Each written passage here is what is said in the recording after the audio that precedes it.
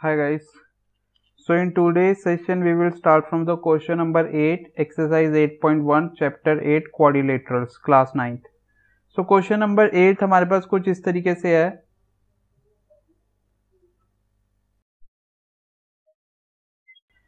ABCD is a rectangle in which diagonals AC bisects angle A as well as angle C. ठीक है.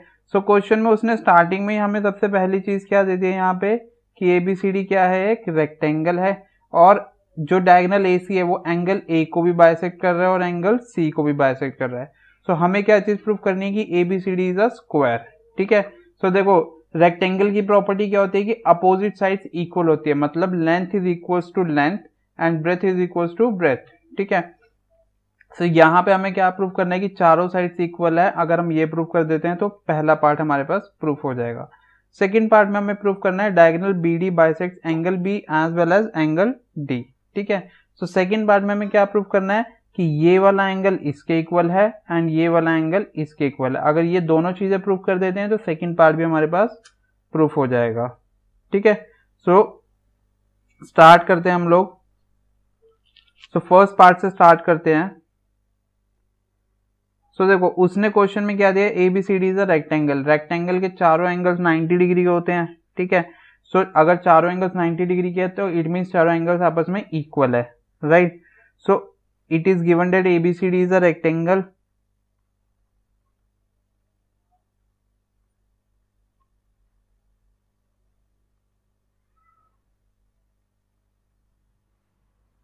ये हमें rectangle दे रखा है तो हम लोग लिख सकते हैं कि एंगल A और एंगल C आपस में इक्वल है.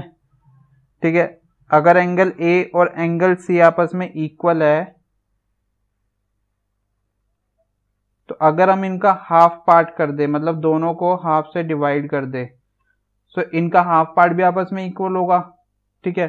सो देखो एंगल A का हाफ पार्ट क्या होता है, ये भी है और ये भी है. इसी तरह एंगल C का हाफ पार्ट ये भी है और ये भी है.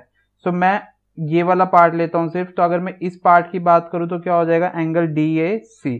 So half of angle A angle DAC. मैं ये भी ले सकता हूं और ये भी ले सकता हूं बट मैं ये वाला लूंगा. ठीक है. सिमिलरली एंगल C में मैं ये वाला पार्ट लूंगा. अगर मैं ये लेता तब मैं एंगल C में ये वाला लेता. So angle DCA. ठीक है. सो ये आ गया हमारे पास. अब ये अच्छा ये इक्वल भी क्यों होंगे, because AC bisects angle A as well as angle C. ये भी रीजन है कि AC बाइसेक्ट कर रहा है तो ये दोनों एंगल्स और ये दोनों एंगल्स आपस में इक्वल है.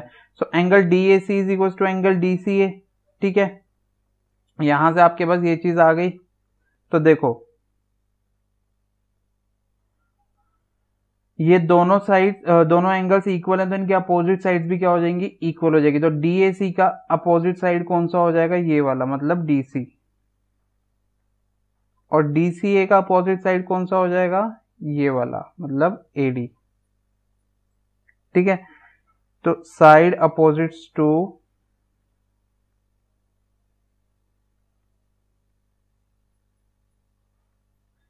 Equal angles are equal. ठीक है. तो ये हो गया. हाउएवर अब उसने हमें देखो क्वेश्चन में क्या दे रखा है कि ABCD एक रेक्टेंगल है. रेक्टेंगल है तो इसका मतलब क्या हुआ कि AD BC के इक्वल है एंड DC AB के इक्वल है. ठीक है. AD BC के इक्वल है, DC AB के इक्वल है. Opposite sides of a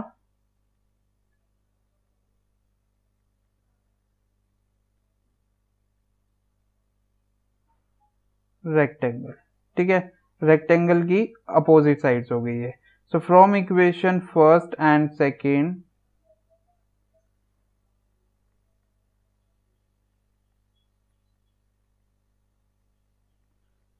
we obtain.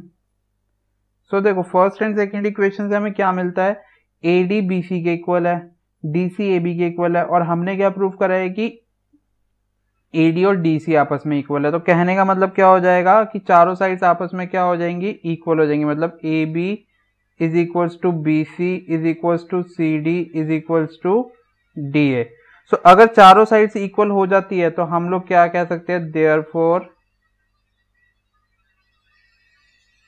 A B C D is a square. ठीक है, ये तो हो गया हमारे पास first part proof. Now come to the second part, जो कि हमारे पास diagonal B D bisect angle B as well as angle D. ठीक है, सो सेकंड पार्ट में हमें क्या प्रूफ करना है कि बी डी जो है बी को और डी को दोनों को बाइसेक्ट करता है। ठीक है, सो यहाँ पे हम लोग सेकंड पार्ट में स्टार्ट करते हैं। तो यहाँ ले लेंगे हम in triangle B C D. अगर हम बी सी डी की बात करें, अभी हमने ऊपर क्या प्रूफ करा है कि सारी साइड्स इक्वल है, तो हम लोग लिख सकते हैं B C is equals to C D. ठीक है, प्रूव्ड अबव लिख लो या लिख लो sides of a square are equal to each other. जैसे हम लोग प्रूव्ड अबव लिख लेते हैं कि अभी हमने फर्स्ट पार्ट में प्रूव करा है। ठीक है, सो जब दो साइड्स आपस में इक्वल है तो इनके अपोजिट एंगल्स भी इक्वल होंगे। तो बी सी का अपोजिट एंगल कौन सा हो जाएगा, ये वाला, मतलब एंगल बी डी सी। और डी सी का अपोजिट एंगल कौन सा हो जाएगा, ये वाला, मतलब एंगल डी बी सी। ठीक है, रीजन क्या आ जाएगा, angles opposite to equal sides are equal. ठीक है, तो ये दोनों एंगल्स आपस में इक्वल आ गए। हाउएवर ये हमें क्या दे रखा उसने कि ए बी सी डी एक ट्राइंगल भी था और हमने स्क्वायर इसको प्रूव कर लिया। सो देखो अपोजिट साइड्स क्या होंगी, इनकी पैरेलल होंगी। ठीक है, तो हम लोग लिख सकते हैं angle C D B is equals to angle A B D, alternate interior angles for AB parallel to CD। ठीक है, अल्टरनेट इंटीरियर एंगल हो जाएंगे, तो इसको हम लोग ले लेते हैं इक्वेशन नंबर थर्ड, इसको ले लेते हैं equation number fourth.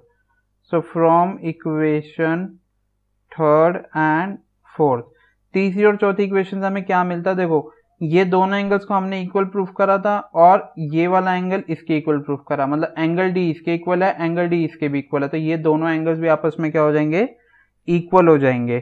So we can say from equation third and second that angle C B D या डी बी सी कह लो, angle D B C is equals to angle A B D. So जब ये दोनों angle आपस में equal आ जाते हैं, सो हम लोग कह सकते हैं बी डी